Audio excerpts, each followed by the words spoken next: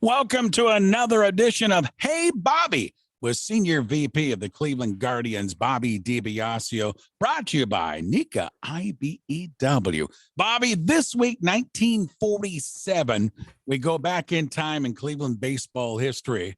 Young man at that time by the name of Larry Doby made his debut for the Cleveland Guardians / Indians at that time. And I know you knew Larry pretty well, and I thought it might be a good time to reflect a little bit, certainly him coming into the organization, how he made his debut, and then your thoughts and your conversations with him afterwards of one Larry Doby, one of the great ones to wear a Cleveland uniform.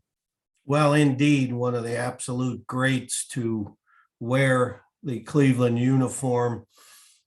You know, Ray, we just can't imagine what he endured. Jackie Robinson and he and Satchel Paige endured breaking the color barrier in the major leagues when you had teammates and opponents who didn't want you as a part of Major League Baseball at that time.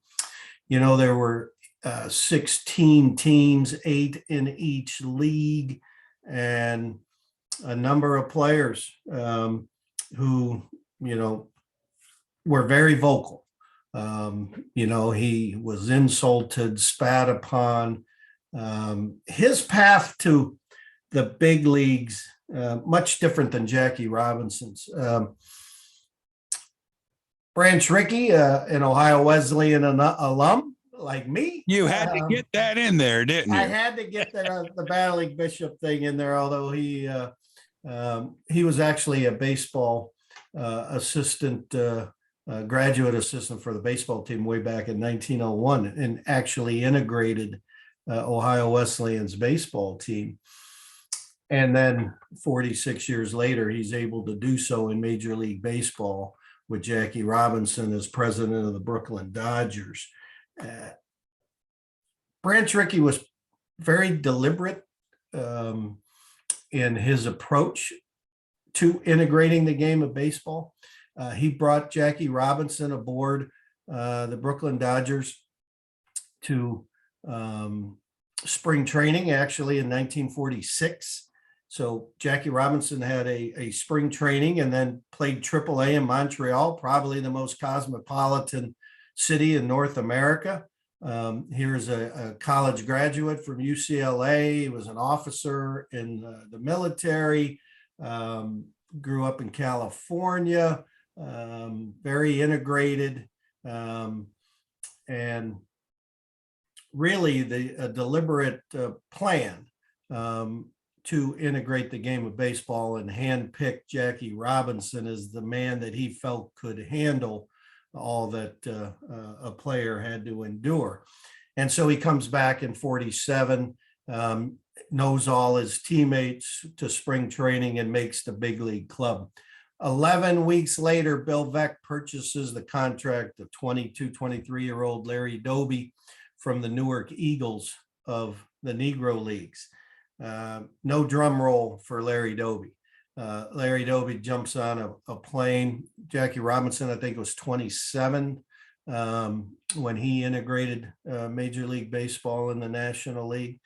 So when Larry integrated the American League as a 22, 23-year-old, he jumps on a train from New York and goes to Chicago and walks into the clubhouse mid-season, early July, and is walking around the clubhouse, shaking hands, walks on the field, and he's not sure who's going to even play catch with him. You know, the interesting thing, Joe Gordon, who had been the MVP of the American League with the New York Yankees a few years prior, was Cleveland's starting second baseman, and Larry Doby was the second baseman. So people are wondering, you know, we have a great veteran second baseman as we're trying to win, which they end up winning the World Series the next year with Larry Doby's help as center fielder. So who's going to play catch? Just think about those. You know, you're a baseball player. I grew up playing baseball, high school, college, and you walk on a field and you're not sure which teammate is going to actually play catch with you to warm up, those kind of things. Then you couldn't go eat in the same restaurant, stay in the same hotel, and then just get insults thrown at you all day long from the stands and other players. Again, just don't know how you find the courage and dignity and strength to endure all that. So much different paths to the major leagues that Jackie Robinson and Larry Doby had. Got to know Larry very well for 20 plus years. His son and I are very, very close friends. Larry and his wife, Helen, when they would always come back to Cleveland for various events, just the nicest, sweetest people that you ever wanted to get to know. Bobby, it's well documented that Branch Rickey, when he chose Jackie Robinson, he was looking for the right person that could handle as some of the things that you mentioned earlier. Do you know much when Bill Veeck selected Larry Doby to be the American League's first black player? Because the Negro Leagues had a plethora of terrific baseball players. Any idea of why Bill Veeck chose Larry Doby to join the Indians at that time? Well, I think there were some of the same aspects. Larry served our country in the U.S. Navy during World War II. He had participated on the East Coast, New Jersey, in an integrated setting, a four-sport athlete. He always would share with me that he thought he was a much better football player than he was a baseball player. But baseball was the king at that time in America, and offered him an opportunity. But he was a star basketball player in track and field as well.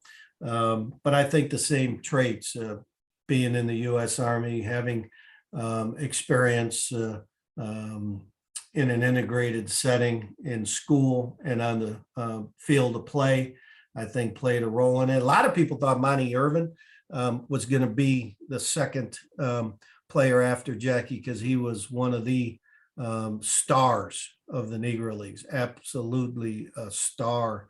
Larry Doby was a star for sure, but everybody thought that Monty Irvin was a better player and would be the next. Only Bill Veeck knows deep down, but he shared in the book Our Team by Luke Eplin. Luke wrote in Bill Veeck's book and some other passages that the similarities of being involved in integrated schools, athletics, and the service to our country, and his ability as a baseball player, because the competitive aspect of it played a big role as well, that it going to help the team win. And again, he certainly did. One other thing, Ray, that I want to share with you and our viewers is the idea that Larry Doby actually integrated more cities in Major League Baseball than Jackie Robinson. So consider that Philly, St. Louis, Chicago, and Boston, those four cities each had an American League team and a National League team.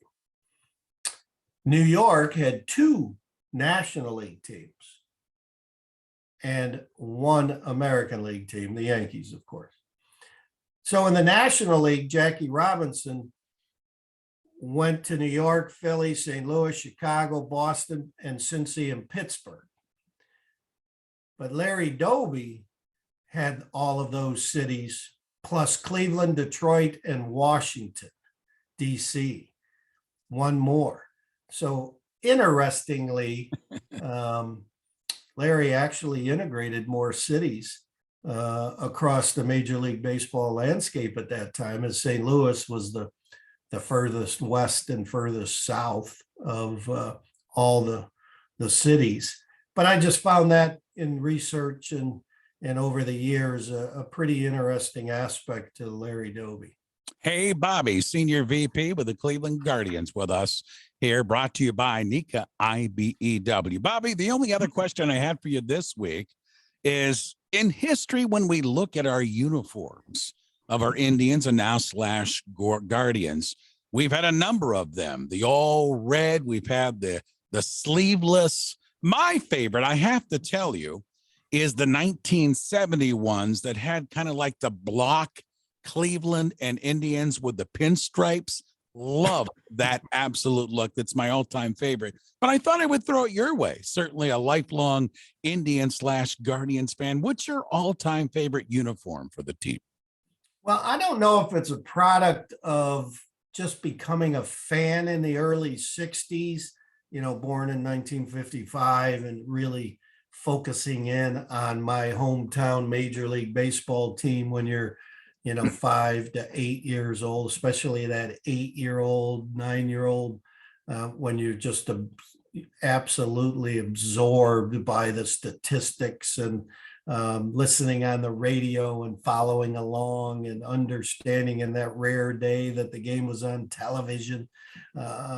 You just had to be glued to the TV to watch your hometown team. So those early 60s vests with the number on the right chest and the logo on the left chest with the red long sleeve or short sleeve undershirt. I actually have one of those of Rocky Colavito's number 21 that he autographed for me and gave to me as one of my all-time favorite pieces of memorabilia. But I, like you, those early 1970, 71 pinstripes with the block letters, Indians across the front. They were pretty cool.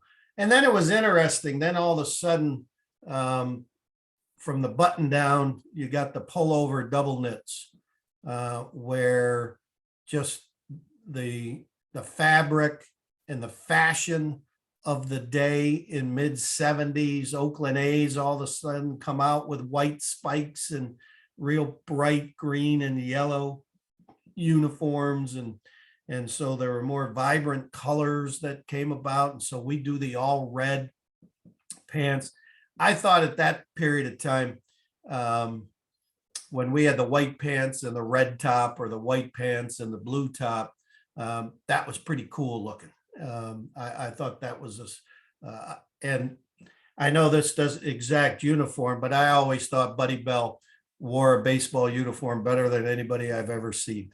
He just looked so cool. That long blonde hair coming out of his hat, and just the way his lean body looked and strong. And yeah, I thought Buddy probably, of all the people, I don't know why it sticks in my head, but I always thought Buddy looked the best of anybody with the stirrups, the old-fashioned stirrups. And but we've had some pretty cool over our history. And if people are interested in that, seriously, all you have to do is Google Cleveland baseball uniform history.